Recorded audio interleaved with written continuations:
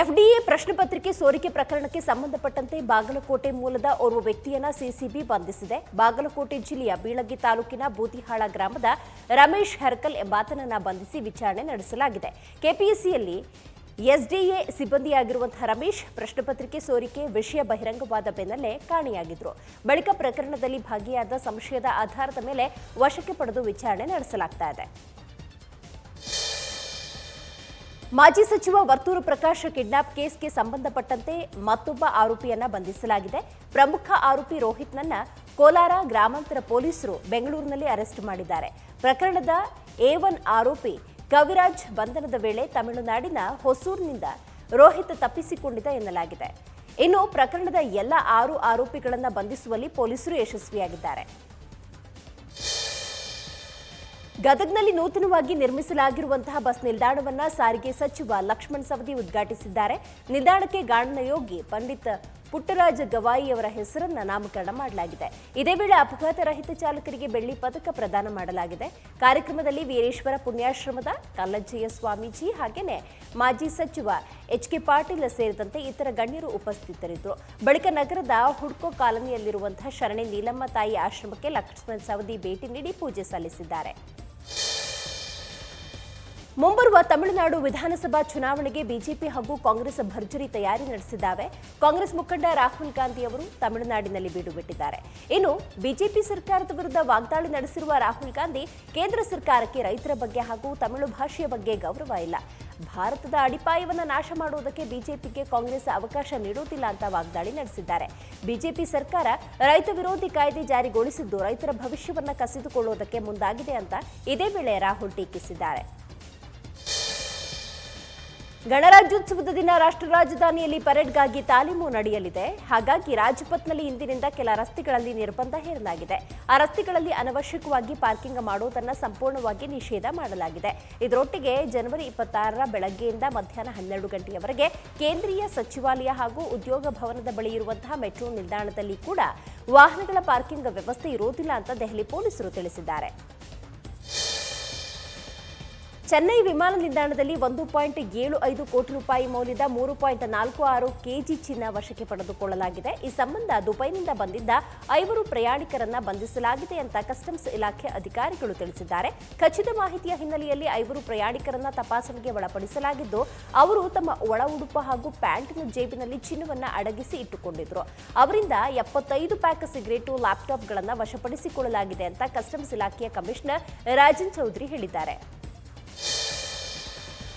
ಕೇಂದ್ರ ಸರ್ಕಾರದ ನೂತನ ಕೃಷಿ ಕಾಯ್ದೆಗಳನ್ನು ವಿರೋಧಿಸಿ ರಾಷ್ಟ್ರ ರಾಜಧಾನಿ ದೆಹಲಿಯಲ್ಲಿ ಪ್ರತಿಭಟನೆ ಮತ್ತಷ್ಟು ತೀವ್ರತೆ ಪಡೆಯುವಂತಹ ಸಾಧ್ಯತೆ ಇದೆ. ಜನವರಿ 26ರಂದು ಟ್ರ್ಯಾಕ್ಟರ್ ರ್ಯಾಲಿ ನಡೆಸೋದಕ್ಕೆ ರೈತರು ಮುಂದಾಗಿದ್ದಾರೆ. ಈ ಟ್ರ್ಯಾಕ್ಟರ್ ರ್ಯಾಲಿಯಲ್ಲಿ ಸುಮಾರು 2 ಲಕ್ಷ ಟ್ರ್ಯಾಕ್ಟರ್ಗಳು ಭಾಗವಹಿಸಲಿವೆ ಅಂತ ಹೇಳಲಾಗ್ತಾ ಇದೆ. ಈ ನಡುವೆ ದೆಹಲಿ ರೈತರ ಪ್ರತಿಭಟನೆಯನ್ನ ಬೆಂಬಲಿಸಿ ಇಂದು ಮಹಾರಾಷ್ಟ್ರದ ಮುಂಬೈನಲ್ಲಿ ಬೃಹತ್ ರ್ಯಾಲಿಯನ್ನ ಆಯೋಜಿಸಲಾಗಿದೆ. ಇದರಿಂದಾಗಿ ಸಾವಿರಾರು ಸಂಖ್ಯೆಯ ರೈತರು ನಿನ್ನೆ ಸಂಜೆಯೇ ಮುಂಬೈ ನಗರದಲ್ಲಿ ಬೀಡು ಬಿಟ್ಟಿದ್ರು. ರೈತರ ಪ್ರತಿಭಟನೆ ನಡೆಯುವ ಹಿನ್ನೆಲೆಯಲ್ಲಿ ಪೊಲೀಸರು ಬಿಗಿ ಬಂದೋಬಸ್ತ್ ಮಾಡಿದ್ದಾರೆ. ರ್ಯಾಲಿ ಮೇಲೆ ಸೂಕ್ಷ್ಮ ನಿಗಾ ವಹಿಸುವುದಕ್ಕೆ ಡ್ರೋನ್ ಬಳಸಲಾಗುವುದು ಅಂತ ಪೊಲೀಸ್ ಅಧಿಕಾರಿ ತಿಳಿಸಿದ್ದಾರೆ. ರಾಜಸ್ಥಾನದ ವಿವಿಧ ಜಿಲ್ಲೆಗಳಲ್ಲಿ ನಿನ್ನೆ ಒಂದೇ ದಿನ 145 ಪಕ್ಷಿಗಳು ಸಾವಿಗೀಡಾಗಿದ್ದು, ಇದೀಗ ಹಕ್ಕಿ ಜ್ವರದ ಆತಂಕ ಎದುರಾಗಿದೆ.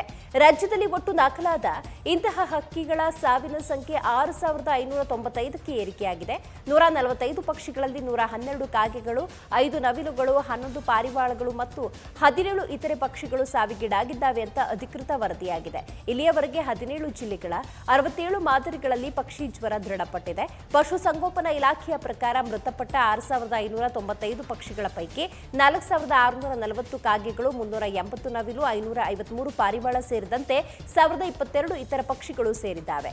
ಇದೀಗ ಪಕ್ಷಿಗಳ ಸಾವಿನ ಸಂಖ್ಯೆಯ ಹೆಚ್ಚಳದಿಂದ ರಾಜಸ್ಥಾನದಲ್ಲಿ ಹಕ್ಕಿ ಜ್ವರದ ಭೀತಿ ಎದುರಾಗಿದೆ. ಜನ ಆತಂಕದಲ್ಲಿದ್ದಾರೆ. ಕೊರೋನಾ ಭೀತಿ ನಡುವೆ ಹಕ್ಕಿ ಜ್ವರದ ಭೀತಿ ಕೂಡ ಹೆಚ್ಚಾಗ್ತಾ ಇದೆ. ದಿನದಿಂದ ದಿನಕ್ಕೆ ಮಹಾರಾಷ್ಟ್ರದಲ್ಲಿ ಹಕ್ಕಿ ಜ್ವರದ ಪ್ರಕರಣಗಳು ಏರಿಕೆ ಆಗ್ತಾನೆ ಇದೆ. ಹೊಸದಾಗಿ ಹಕ್ಕಿ ಜ್ವರದಿಂದ 1804 ಹಕ್ಕಿಗಳು ಮೃತಪಟ್ಟಿದೆ. ಅಲ್ಲದೆ ಹಕ್ಕಿ ಜ್ವರದ ಹಿನ್ನೆಲೆಯಲ್ಲಿ ಜನವರಿ 8ರಿಂದ ಒಟ್ಟು 17249 ಹಕ್ಕಿಗಳು ಮೃತಪಟ್ಟಿದ್ದಾವೆ. ಇದರಿಂದಾಗಿ ರಾಜ್ಯದಲ್ಲಿ ಹಕ್ಕಿ ಜ್ವರದ ಭೀತಿ ಮತ್ತಷ್ಟು ಹೆಚ್ಚಲಿದೆ.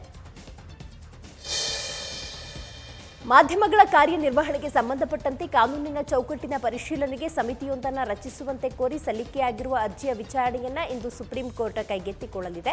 ಮುಖ್ಯ ನ್ಯಾಯಮೂರ್ತಿ ಎಸ್.ಎ. ಬೋಬ್ಡೆ, ನ್ಯಾಯಮೂರ್ತಿಗಳಾದ ಎಎಸ್ ಬೋಪಣ್ಣ, ವಿ. ರಾಮ ಸುಬ್ರಮಣಿಯನ್ ಅವರಿರುವಂತಹ ನ್ಯಾಯಪೀಠ ಅರ್ಜಿಯ ವಿಚಾರಣೆಯನ್ನ ನಡೆಸಲಿದೆ. ಸುಪ್ರೀಂ ಕೋರ್ಟ್ನ ನಿವೃತ್ತ ಮುಖ್ಯ ನ್ಯಾಯಮೂರ್ತಿ ಅಥವಾ ಹಾಲಿ ನ್ಯಾಯಮೂರ್ತಿ ನೇತೃತ್ವದಲ್ಲಿ ಪರಿಶೀಲನಾ ಸಮಿತಿ ರಚಿಸುವಂತೆ ಸಿನಿಮಾ ನಿರ್ಮಾಪಕ ನಿಲೇಶ್ ನವಲಖ, ಸಿವಿಲ್ ಎಂಜಿನಿಯರ್ ನಿತಿನ್ ಮೇಮಾನೆ ಜಂಟಿಯಾಗಿ ಸಾರ್ವಜನಿಕ ಹಿತಾಸಕ್ತಿ ಅರ್ಜಿಯನ್ನು ಸಲ್ಲಿಸಿದ್ದಾರೆ. ಮದ್ಯ ಖರೀದಿ ಮತ್ತು ಮದ್ಯ ಶೇಖರಣೆ ವಿಷಯವಾಗಿ ಉತ್ತರ ಪ್ರದೇಶದ ಯೋಗಿ ಆದಿತ್ಯನಾಥ್ ಸರ್ಕಾರ ಬಕಾರಿ ನೀತಿಯಡಿ ನೂತನ ಕಾಯ್ದೆಯೊಂದನ್ನು ಜಾರಿಗೆ ತಂದಿದೆ. ವೈಯಕ್ತಿಕ ಬಳಕೆಗಾಗಿ ಅಥವಾ ವೈಯಕ್ತಿಕ ಬಾರ್ಗಾಗಿ ಮದ್ಯದ ಪರವಾನಗಿ ಪಡೆಯುವುದಕ್ಕೆ ಯುಪಿ ಸರ್ಕಾರ ಅವಕಾಶ ನೀಡಿದೆ. ರಾಜ್ಯದ ಹೊಸ ಅಬಕಾರಿ ನೀತಿಯ ಅಡಿ ವೈಯಕ್ತಿಕ ಬಳಕೆಗಾಗಿ ನಿಗದಿಗಿಂತ ಹೆಚ್ಚಿನ ಪ್ರಮಾಣದಲ್ಲಿ ಖಾಸಗಿ ಸ್ವಾಮ್ಯದ ಮದ್ಯ ಖರೀದಿಸುವುದಕ್ಕೆ, ಸಾಗಿಸುವುದಕ್ಕೆ ಪರವಾನಗಿ ಪಡೆಯಬೇಕಾಗುತ್ತೆ.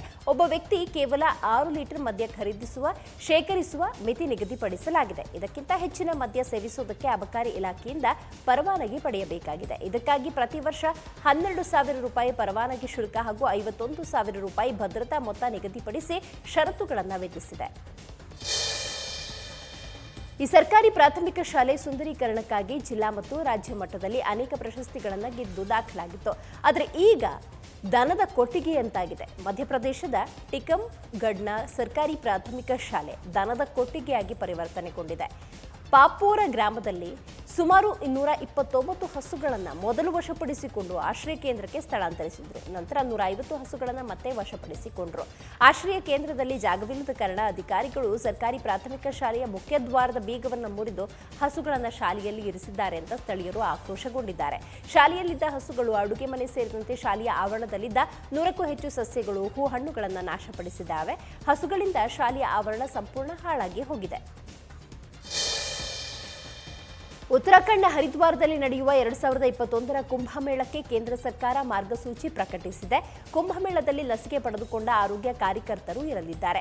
ಇಲ್ಲಿಗೆ ಬರುವ ಭಕ್ತರೆಲ್ಲರೂ ನೋಂದಣಿ ಮಾಡಿಸಿಕೊಳ್ಳಬೇಕು. ಅಲ್ಲದೆ ಕೊರೋನಾ ಸರ್ಟಿಫಿಕೇಟ್ ಕಡ್ಡಾಯವಾಗಿದೆ. ವರದಿ ನೆಗೆಟಿವ್ ಇದ್ರೆ ಮಾತ್ರ ಕುಂಭಮೇಳದಲ್ಲಿ ಪಾಲ್ಗೊಳ್ಳುವಂತಹ ಅವಕಾಶ ಸಿಗುತ್ತೆ ಅಂತ ಮಾರ್ಗಸೂಚಿ ಹೊರಡಿಸಿದೆ. ಇನ್ನು ಗರ್ಭಿಣಿಯರು, ಅನಾರೋಗ್ಯದಿಂದ ಬಳಲ್ತಾ ಇರುವವರು, 65 ವರ್ಷಕ್ಕಿಂತ ಮೇಲ್ಪಟ್ಟವರು ಹಾಗೂ 10 ವರ್ಷಕ್ಕಿಂತ ಕಡಿಮೆ ಇರುವವರಿಗೆ ಕುಂಭಮೇಳದಲ್ಲಿ ಪಾಲ್ಗೊಳ್ಳೋ ಹಾಗಿಲ್ಲ.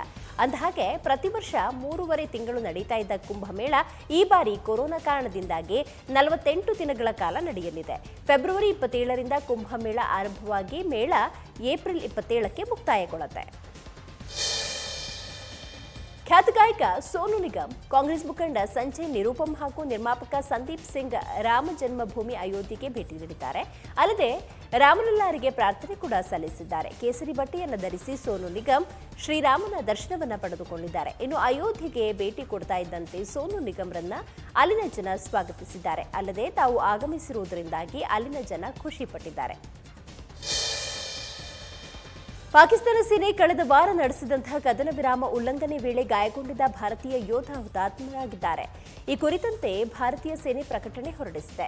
ಜಮ್ಮು ಕಾಶ್ಮೀರದ ರಜೌರಿ ಜಿಲ್ಲೆಯ ಸುಂದರ್ಬನಿ ಸೆಕ್ಟರ್ನಲ್ಲಿ ಪಾಕಿಸ್ತಾನ ಸೇನೆ ಜನವರಿ 18ರಂದು ಅಪ್ರಚೋದಿತ ದಾಳಿಯನ್ನು ನಡೆಸಿ ಕದನ ವಿರಾಮ ಉಲ್ಲಂಘಿಸಿತ್ತು. ಈ ವೇಳೆ ಭಾರತೀಯ ಸೇನೆ ಕೂಡ ದಿಟ್ಟ ಉತ್ತರವನ್ನು ನೀಡಿತ್ತು. ಈ ವೇಳೆ ಗಡಿಯಲ್ಲಿ ಕರ್ತವ್ಯ ನಿರ್ವಹಿಸ್ತಾ ಇದ್ದ ಯೋಧ ಎನ್.ಕೆ. ನಿಶಾಂತ್ ಶರ್ಮಾ ಗುಂಡೇಟಿನಿಂದ ಗಂಭೀರವಾಗಿ ಗಾಯಗೊಂಡಿದ್ದರು. ಕೂಡಲೇ ಅವರನ್ನು ಸೇನಾ ಆಸ್ಪತ್ರೆಗೆ ದಾಖಲು ಕೂಡ ಮಾಡಲಾಯಿತು. ಆದರೆ ಯೋಧ ಎನ್.ಕೆ. ನಿಶಾಂತ್ ಶರ್ಮಾ ಚಿಕಿತ್ಸೆ ಫಲಕಾರಿಯಾಗದೆ ಸಾವಿಗೀಡಾಗಿದ್ದಾರೆ. ದಕ್ಷಿಣ ಆಫ್ರಿಕಾದಲ್ಲಿ ಕೊರೋನಾದಿಂದ ಮೃತಪಟ್ಟವರ ಅಂತ್ಯಕ್ರಿಯೆ ನಡೆಸೋದಕ್ಕೆ ಅಲ್ಲಿ ನೆಲೆಸಿರುವ ಹಿಂದೂ ಪುರೋಹಿತರು ದುಬಾರಿ ದರ ವಸೂಲಿ ಮಾಡ್ತಿದ್ದಾರೆ ಅಂತ ಆರೋಪಿಸಲಾಗಿದೆ. ಶವ ಸಂಸ್ಕಾರ ನಡೆಸೋದಕ್ಕೆ ಪುರೋಹಿತರು 79 ಅಮೆರಿಕನ್ ಡಾಲರ್ ಅಂದರೆ $5,766 ರೂಪಾಯಿಯಿಂದ 131 ಅಮೆರಿಕನ್ ಡಾಲರ್ ಅಂದರೆ $9,563 ರೂಪಾಯಿ ಶುಲ್ಕವನ್ನು ಪಡೆಯುತ್ತಿದ್ದಾರೆ ಅಂತ ದಕ್ಷಿಣ ಆಫ್ರಿಕಾದ ಹಿಂದೂ ಧರ್ಮ ಸಂಸ್ಥೆಯ ಸದಸ್ಯ ಪ್ರದೀಪ್ ರಾಮ್ ಲಾಲ್ ದೂರಿದ್ದಾರೆ. ಪುರೋಹಿತರು ದುಪ್ಪಟ್ಟು ಹಣ ವಸೂಲಿ ಮಾಡುತ್ತಿರುವ ಕುರಿತಂತೆ ನಮಗೆ ಹಲವು ದೂರುಗಳು ಬಂದಿದ್ದಾವೆ. ಅಂತ್ಯ ಸಂಸ್ಕಾರ ಮುಗಿಸಿದ ಬಳಿಕ ಪಾರ್ಕಿಂಗ್ ಸ್ಥಳಕ್ಕೆ ತೆರಳಿದ ಪುರೋಹಿತರೊಬ್ಬರು ತಮ್ಮ ಜೇಬಿನಿಂದ ಹಣ ಎಣಿಸುತ್ತಿದ್ದನ್ನು ನಾನೇ ನೋಡಿದ್ದೇನೆ ಅಂತ ಹೇಳಿದ್ದಾರೆ. ಚೀನಾದ ಶಾಂಡಾಂಗ್ ಪ್ರಾಂತ್ಯದ ಗಡಿಯೊಂದರಲ್ಲಿ 2 ವಾರಗಳಿಂದ ಸಿಲುಕಿದ್ದ 11 ಕಾರ್ಮಿಕರನ್ನು ರಕ್ಷಣೆ ಮಾಡಲಾಗಿದೆ. ಶಾಂಡಾಂಗ್ ಪ್ರಾಂತ್ಯದ ಕಿಕ್ಸಿಯಾ ನಗರದಲ್ಲಿ ನಿರ್ಮಿಸಲಾದಂತಹ ಚಿನ್ನದ ಗಣಿಯಲ್ಲಿ ಜನವರಿ 10ರಂದು ಸ್ಫೋಟ ಸಂಭವಿಸಿತ್ತು. ಈ ವೇಳೆ 22 ಕಾರ್ಮಿಕರು ಭೂಗರ್ಭದಲ್ಲಿ ಸಿಲುಕಿದ್ರು. ಇದುವರೆಗೆ 11 ಕಾರ್ಮಿಕರನ್ನ ರಕ್ಷಿಸಲಾಗಿದ್ದು, ಉಳಿದ ಕಾರ್ಮಿಕರನ್ನ ರಕ್ಷಿಸುವುದಕ್ಕೆ ರಕ್ಷಣಾ ಸಿಬ್ಬಂದಿ ಕಾರ್ಯಾಚರಣೆ ಮುಂದುವರೆಸಿದ್ದಾರೆ. ಒಟ್ಟು 633 ಸಿಬ್ಬಂದಿ 407 ಉಪಕರಣಗಳೊಂದಿಗೆ ಕಾರ್ಯಾಚರಣೆ ಕೈಗೆತ್ತಿಕೊಂಡಿದ್ದಾರೆ. ಗಣಿಯೊಳಗೆ ಸಿಲುಕಿರುವವರ ಸ್ಥಿತಿ ಅತ್ಯಂತ ದುರ್ಬಲವಾಗಿದೆ ಅಂತ ರಕ್ಷಿಸಲ್ಪಟ್ಟ ಕಾರ್ಮಿಕನೊಬ್ಬ ಹೇಳಿದ್ದಾನೆ. 2020ರ ಗಣತಿಯ ಅಂಕಿಅಂಶಗಳನ್ನು ಆಧರಿಸಿ ಜನರ ಪೌರತ್ವ ಹಾಗೂ ಅವರ ವಯಸ್ಸು ಕುರಿತ ದತ್ತಾಂಶ ಸಿದ್ಧಪಡಿಸುವ ಪ್ರಕ್ರಿಯೆಯನ್ನು ಅಮೆರಿಕದ ಜನಗಣತಿ ಸಂಸ್ಥೆ ಕೈಬಿಟ್ಟಿದೆ. ಈ ಮೂಲಕ ಮಾಜಿ ಅಧ್ಯಕ್ಷ ಡೊನಾಲ್ಡ್ ಟ್ರಂಪ್ ಆಡಳಿತ ಕೈಗೊಂಡಿದ್ದ ಮತ್ತೊಂದು ನಿರ್ಧಾರವನ್ನು ನೂತನ ಅಧ್ಯಕ್ಷ ಜೋ ಬೈಡನ್ ಆಡಳಿತ ಹಿಂಪಡೆದುಕೊಂಡಿದೆ. ಈ ಕುರಿತ ಆದೇಶಕ್ಕೆ ಜೋ ಬೈಡನ್ ಈಗಾಗಲೇ ಸಹಿ ಕೂಡ ಹಾಕಿದ್ದಾರೆ. ಈ ಸಂಬಂಧ ಹೇಳಿಕೆಯಲ್ಲಿ ಜನಗಣತಿ ಸಂಸ್ಥೆಯು ಪೌರತ್ವ ಮತ್ತು ವಯಸ್ಸು ಆಧರಿಸಿದ ದತ್ತಾಂಶ ಸಿದ್ಧಪಡಿಸುವ ಪ್ರಕ್ರಿಯೆಯನ್ನು ಕೈಬಿಟ್ಟಿದೆ. 2020ರ ಗಣತಿಗೆ ಸಂಬಂಧಪಟ್ಟಂತೆ ಟ್ರಂಪ್ 2 ನಿರ್ದೇಶನಗಳನ್ನು ಕೈಬಿಡುವುದಕ್ಕೆ ನಿರ್ಧರಿಸಲಾಗಿದೆ. ಅಮೆರಿಕ ಮಾಜಿ ಅಧ್ಯಕ್ಷ ಡೊನಾಲ್ಡ್ ಟ್ರಂಪ್ ತಮ್ಮ ಅಧಿಕಾರದ ಅವಧಿಯಲ್ಲಿ ಸಾಕಷ್ಟು ವಿವಾದಗಳಿಗೆ ಗುರಿಯಾಗಿದ್ದಾರೆ. ವಿವಾದಾತ್ಮಕ ಹೇಳಿಕೆ ಕೊಡುವುದು ಅಷ್ಟೇ ಅಲ್ಲ, ಇವರು ಸುಳ್ಳಿನ ಸರದಾರರು ಅಂತ ಇಂಗ್ಲಿಷ್ ಪತ್ರಿಕೆಯೊಂದು ದಾಖಲೆ ಸಮೇತ ವರದಿ ಮಾಡಿದೆ. ತಮ್ಮ ಅಧಿಕಾರದ ಅವಧಿಯಲ್ಲಿ ಡೊನಾಲ್ಡ್ ಟ್ರಂಪ್ 30,573 ಸುಳ್ಳು ಹೇಳಿದ್ರಂತೆ. ಅಧಿಕಾರಕ್ಕೆ ಬಂದ ದಿನದಿಂದಲೇ ಟ್ರಂಪ್ ಸುಳ್ಳು ಹೇಳಲು ಶುರು ಮಾಡಿದ್ರಂತೆ. ಮೊದಲ ವರ್ಷ ಟ್ರಂಪ್ ದಿನಕ್ಕೆ 6 ಸುಳ್ಳುಗಳನ್ನು, 2ನೇ ವರ್ಷ ದಿನಕ್ಕೆ 16, 3ನೇ ವರ್ಷಕ್ಕೆ 22 ಸುಳ್ಳುಗಳನ್ನು ಹೇಳ್ತಾ ಇದ್ರಂತೆ. ಕೊನೆಯ ವರ್ಷ ದಿನ 1ರಲ್ಲಿ 39 ಸುಳ್ಳುಗಳನ್ನು ಹೇಳ್ತಾ ಇದ್ರು ಅಂತ ಪತ್ರಿಕೆಯಲ್ಲೇ ವರದಿ ಮಾಡಿದೆ. ಲಘು ವಿಮಾನವೊಂದು ಟೇಕ್ ಆಫ್ ವೇಳೆ ಅಪಘಾತಕ್ಕೀಡಾಗಿ ವಿಮಾನದಲ್ಲಿದ್ದ ಫುಟ್ಬಾಲ್ ಆಟಗಾರರು ಸಾವಿಗೀಡಾಗಿದ್ದಾರೆ. ಬ್ರೆಜಿಲಿಯನ್ ಕಪ್ ಟೂರ್ನಿಯ ಪಂದ್ಯದಲ್ಲಿ ಪಾಲ್ಗೊಳ್ಳುವುದಕ್ಕೆ ತೆರಳುತ್ತಾ ಇದ್ದ ತಂಡವನ್ನು ಕರೆದೊಯ್ಯಲು ಸಜ್ಜಾಗಿದ್ದ ಲಘು ವಿಮಾನ ಟೇಕ್ ಆಫ್ ವೇಳೆ ಅಪಘಾತಕ್ಕೀಡಾಗಿದೆ. ಈ ವೇಳೆ ಪಲ್ಪಾಸ್ ಫುಟ್ಬಾಲ್ ಕ್ಲಬ್ನ ಅಧ್ಯಕ್ಷ ಮತ್ತು 4 ಆಟಗಾರರು ಸಾವಿಗೀಡಾಗಿದ್ದಾರೆ. ಮೂಲಗಳ ಪ್ರಕಾರ ಕ್ಲಬ್ ಅಧ್ಯಕ್ಷ ಲೂಕಾಸ್ ಮೀರಾ, ಆಟಗಾರರಾದ ಲೂಕಾಸ್ ಫ್ರಾಕ್ಸಿಡಿಸ್, ಗುಲೆಮ್ರೇಸ್ ನೋಯಿ, ರಣುಲ್ ಮತ್ತು ಮಾರ್ಕಸ್ ಮೋಲಿನರಿ ಸಾವಿಗೀಡಾಗಿದ್ದಾರೆ ಅಂತ ಕ್ಲಬ್ ತಿಳಿಸಿದೆ. ದುರಂತದಲ್ಲಿ ಲಘು ವಿಮಾನದ ಪೈಲಟ್ ಕೂಡ ಸಾವಿಗೀಡಾಗಿದ್ದಾರೆ. ಪಲ್ಮಾಸ್ನಿಂದ 800 ಕಿಲೋಮೀಟರ್ ದೂರದ ಗೊಯಾನಿಯಾದಲ್ಲಿ ಇಂದು ನಡೆಯಲಿದ್ದ ವಿಲಾನೋವಾ ತಂಡದ ಎದುರಿನ ಪಂದ್ಯದಲ್ಲಿ ಪಾಲ್ಗೊಳ್ಳೋದಕ್ಕೆ ಆಟಗಾರರು ತೆರಳುತ್ತಾ ಇದ್ರು. ಅಮೆರಿಕದ ಸ್ಪೇಸ್ ಎಕ್ಸ್ ಒಂದೇ ಬಾರಿಗೆ 143 ಉಪಗ್ರಹಗಳನ್ನು ಏಕಕಾಲಕ್ಕೆ ಉಡಾವಣೆ ಮಾಡಿದೆ. ಸ್ಪೇಸ್ ಸಂಸ್ಥೆ ಟ್ರಾನ್ಸ್ಪೋರ್ಟರ್ 133 ವಾಣಿಜ್ಯ ಹಾಗೂ ಸರ್ಕಾರಿ ಬಾಹ್ಯಾಕಾಶ ನೌಕೆಗಳೊಂದಿಗೆ ಮಿಷನ್ ಹಾಗೂ ಸ್ಟಾರ್ಲಿಂಕ್ ಹೊಂದಿರುವಂತಹ 10 ಉಪಗ್ರಹಗಳನ್ನು ಉಡಾವಣೆ ಮಾಡಿದೆ. ಈ ಮೂಲಕ ಭಾರತದ ಇಸ್ರೋ ಸಂಸ್ಥೆಯ ದಾಖಲೆಯನ್ನ ಸ್ಪೇಸ್ ಎಕ್ಸ್ ಮುರಿದಿದೆ. ಇನ್ನು ಇಸ್ರೋ ಸಂಸ್ಥೆ ಏಕಕಾಲಕ್ಕೆ 104 ಉಪಗ್ರಹಗಳನ್ನು ಉಡಾವಣೆ ಮಾಡಿ 2017ರಲ್ಲಿ ದಾಖಲೆ ಮಾಡಿತ್ತು. ಬಾಲಿವುಡ್ ನಟರಲ್ಲಿ ಫಿಟ್ನೆಸ್ಗೆ ಹೆಚ್ಚು ಆದ್ಯತೆ ಕೊಡುವ ನಟರು ಅಂದರೆ ಮೊದಲಿಗೆ ಕೇಳಿ ಬರುವ ಹೆಸರು ಟೈಗರ್ ಶ್ರಾಫ್. ಫಿಟ್ನೆಸ್ ಇಂದಲೇ ಟೈಗರ್ ಶ್ರಾಫ್ ಅಪಾರ ಅಭಿಮಾನಿಗಳನ್ನು ಗಳಿಸಿದ್ದಾರೆ. ಈ ಮೂಲಕ ತಂದೆ ಜಾಕಿ ಶ್ರಾಫ್ಗಿಂತಲೂ ಹೆಚ್ಚು ಖ್ಯಾತಿಯನ್ನು ಸಂಪಾದಿಸ್ತಾ ಇದ್ದಾರೆ. ಆದರೆ ಇದೀಗ ಫಿಟ್ನೆಸ್ ವಿಷಯದಲ್ಲಿ ಟೈಗರ್ ಶ್ರಾಫ್ ತಾಯಿ ಆಯಿಷಾ ಶ್ರಾಫ್ ಏನು ಹಿಂದೆ ಬಿದ್ದಿಲ್ಲ. ನಿತ್ಯ ಜಿಮ್ನಲ್ಲಿ ತೊಡಗಿಸಿಕೊಳ್ಳುವ 60 ವರ್ಷದ ಆಯಿಷಾ ಶ್ರಾಫ್ ಸಾಮಾಜಿಕ ಜಾಲತಾಣದಲ್ಲಿ ವಿಡಿಯೋವೊಂದನ್ನು ಹಂಚಿಕೊಂಡಿದ್ದು 95 ಕೆಜಿ ತೂಕದ ವೇಟ್ ಲಿಫ್ಟಿಂಗ್ ಮಾಡಿ ಚಕಿತಗೊಳಿಸಿದ್ದಾರೆ. ಆಯಿಷಾ ಈ ಕಸರತ್ತಿಗೆ ಸಾಕಷ್ಟು ಮೆಚ್ಚುಗೆ ಕೂಡ ವ್ಯಕ್ತವಾಗಿದೆ. ಬಾಲಿವುಡ್ ನಟ ವರುಣ್ ಧವನ್ ತಮ್ಮ ಫ್ಯಾಷನ್ ಡಿಸೈನರ್ ಆಗಿದ್ದ ನತಾಶಾ ದಲಾಲ್ರನ್ನ ಮದುವೆಯಾಗಿದ್ದಾರೆ. ಜನವರಿ 24ರಂದು ಖಾಸಗಿಯಾಗಿ ಅಲಿಭಗ್ ಮಾನ್ಮ್ಯಾನ್ ಹೌಸ್ ರೆಸಾರ್ಟ್ನಲ್ಲಿ ವಿವಾಹವಾಗಿದ್ದಾರೆ. ಇನ್ನು ಮದುವೆಯಾದ ಬಳಿಕ ನವಜೋಡಿ ಮಾಧ್ಯಮದ ಮುಂದೆ ಬಂದು ತಮ್ಮ ವಿವಾಹದ ಬಗ್ಗೆ ತಿಳಿಸಿದ್ದಾರೆ. ಅವರ ಮದುವೆ ಸರಳವಾಗಿ ನಡೆಯಲಾಗಿದ್ದು ಸಮಾರಂಭದಲ್ಲಿ ಹೆಚ್ಚು ಮಂದಿ ಭಾಗಿಯಾಗಿರಲಿಲ್ಲ. ಕೇವಲ ಅವರ ಕುಟುಂಬಸ್ಥರು ಹಾಗೂ ಆತ್ಮೀಯರು ಹಾಜರಿದ್ದರು. ಇನ್ನು ಸರಳವಾಗಿ ವಿವಾಹವಾದರೂ ನವದಂಪತಿ ಧರಿಸಿದ ಉಡುಪು ಮಾತ್ರ ಎಲ್ಲರ ಗಮನ ಸೆಳೆದಿತ್ತು. ಪ್ರಾಣಿ ಪಕ್ಷಿಗಳ ಮಧ್ಯೆ ಒಂದು ಸಂವಹನ ಇರುತ್ತೆ. ಅವುಗಳದ್ದೇ ಮಾತುಕತೆಯ ಜಗತ್ತು ಇದೆ. ಅಂತಹದೇ ಒಂದು ಪೆಂಗ್ವಿನ್ಗಳ 2 ಗುಂಪುಗಳ ನಡುವೆ ನಡೆಯುವ ಮಾತುಕತೆ ಇದೀಗ ಸಾಮಾಜಿಕ ಜಾಲತಾಣದಲ್ಲಿ ಫುಲ್ ಸದ್ದು ಮಾಡ್ತಾ ಇದೆ. ವೇಗವಾಗಿ ಬರುವ ಈ ಪೆಂಗ್ವಿನ್ಗಳ ನಡುವೆ ಅದೇನೋ ಗಂಭೀರ ವಿಷಯ ಚರ್ಚಿಸಿದಂತೆ ಬೆರೆತುಕೊಂಡಿದ್ವು. ಇದೀಗ ಅರೆ ಕ್ಷಣದಲ್ಲಿ ಬಂದಷ್ಟೇ ವೇಗವಾಗಿ 2 ತಂಡದ ಮುಂದಕ್ಕೆ ಸಾಗಿತು. 26 ಸೆಕೆಂಡ್ಗಳ ಈ ಕ್ಲಿಪ್ ಅನ್ನ ಎಲ್ಲರೂ ಆಸಕ್ತಿಯಿಂದ ನೋಡಿ ಖುಷಿ ಪಡ್ತಿದ್ದಾರೆ. ಸಾಕಷ್ಟು ಜನ ಈ ವಿಡಿಯೋವನ್ನ ತಮ್ಮ ಸೋಷಿಯಲ್ ಮೀಡಿಯಾದ ಖಾತೆಯಲ್ಲಿ ಹಂಚಿಕೊಳ್ತಿದ್ದಾರೆ. ಜೊತೆಗೆ ಬಲು ತಮಾಷೆಯ ಪ್ರಕ್ರಿಯೆಯನ್ನ ನೀಡಿದ್ದಾರೆ.